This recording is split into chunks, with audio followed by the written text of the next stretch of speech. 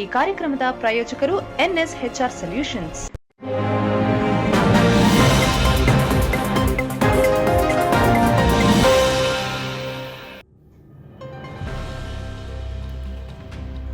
ರಾಕೇಶ್ ಸಿದ್ದರಾಮಯ್ಯ ಸ್ಮರಣಾರ್ಥ ಶಾಲಾ ಮಕ್ಕಳಿಗೆ ಓದುವ ಸಾಮಗ್ರಿಗಳನ್ನು ವಿತರಿಸಿದ ದಿನೇಶ್ ಗುಂಡೂರಾವ್ ಅಭಿಮಾನಿ ಬಳಗ.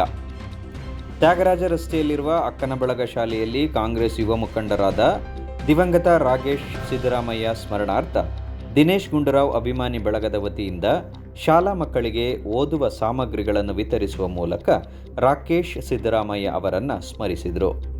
ನಂತರ ಮಾತನಾಡಿದ ಕಾಂಗ್ರೆಸ್ ಮುಖಂಡ NM ನವೀನ್ ಕುಮಾರ್, ಅವರ ಅಕಾಲಿಕ ಮರಣ ಸಾವಿರಾರು ಅಭಿಮಾನಿಗಳಿಗೆ ತುಂಬಲಾರದ ನಷ್ಟ ಉಂಟು ಮಾಡಿದೆ. ರಾಕೇಶ್ ಸಿದ್ದರಾಮಯ್ಯ ದೈಹಿಕವಾಗಿ ನಮ್ಮ ಕಣ್ಣ ಮುಂದೆ ಇಲ್ಲದಿದ್ದರೂ ನಮ್ಮೆಲ್ಲರ ಹೃದಯದಲ್ಲಿ ಅಚ್ಚಳಿಯದೆ ಇರುವಂತೆ ಅವರು ನೆನಪು ಮಾಡಿಕೊಳ್ಳುವಂತೆ ಸದಾ ನಮ್ಮ ಜೊತೆಯಲ್ಲಿದ್ದಾರೆ ಎಂದರು.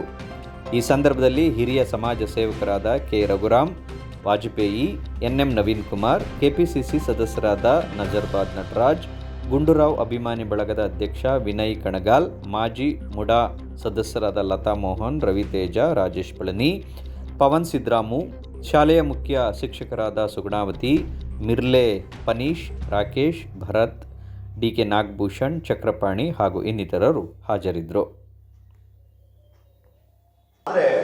ಅವರು ಪಾಪ ಯುವಕರಿಗೆ ವಿಶೇಷವಾಗಿ ಎಲ್ಲ ರೀತಿಯಾದಂಥ ಒಂದು ಮಕ್ಕಳಿಗೆ, ಬಡಬಗ್ಗರಿಗೆ ಸಹಾಯ ಮಾಡಿಕೊಂಡು ಅವ್ರ ಕೈಲಾದಂಥ ಒಂದು ಸಮಾಜಮುಖಿ ಕಾರ್ಯಕ್ರಮಗಳನ್ನ ಮಾಡ್ಕೊಂಡು ಬಂದಂಥವ್ರು. ಪ್ರತಿ ದಿವಸನೂ ಕೂಡ ಅವ್ರ ಮನೆಯಲ್ಲಿ ಎಲ್ಲರಿಗೂ ಸುಲಭವಾಗಿ ಸಿಗ್ತಾ ಇದ್ದಂಥವ್ರು ಇವತ್ತು ಕೂಡ ಅವ್ರು ನೆನೆಸ್ಕೊಂಡು ಕಾರ್ಯಕ್ರಮ ಇನ್ನೂ ಮಾಡ್ತಾ ಇದ್ದಾರೆ ಅಂತಂದರೆ ಅವರಿಂದ ಪಡೆದಂಥ ಒಂದು ಸಹಾಯ ಆಗ್ಬೋದು, ಸಹಕಾರ ಆಗ್ಬೋದು, ಅದನ್ನು ಮನಸ್ಸಲ್ಲಿ ಇಟ್ಕೊಂಡೇ ಎಲ್ಲರೂ ಕಾರ್ಯಕ್ರಮ ಮಾಡ್ತಾರೆ.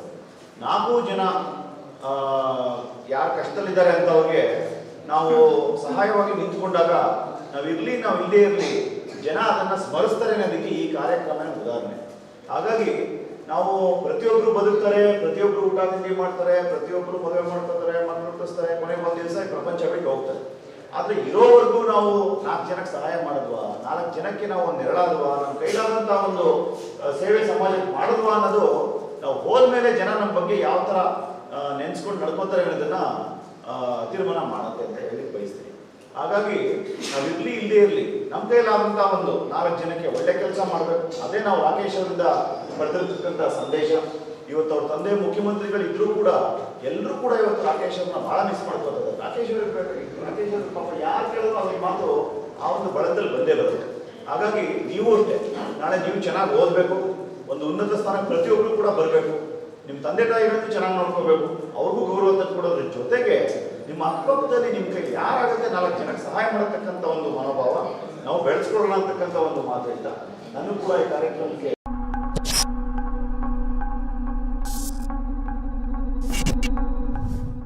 ಈ ಕಾರ್ಯಕ್ರಮದ ಪ್ರಾಯೋಜಕರು NSHR ಸೊಲ್ಯೂಷನ್ಸ್.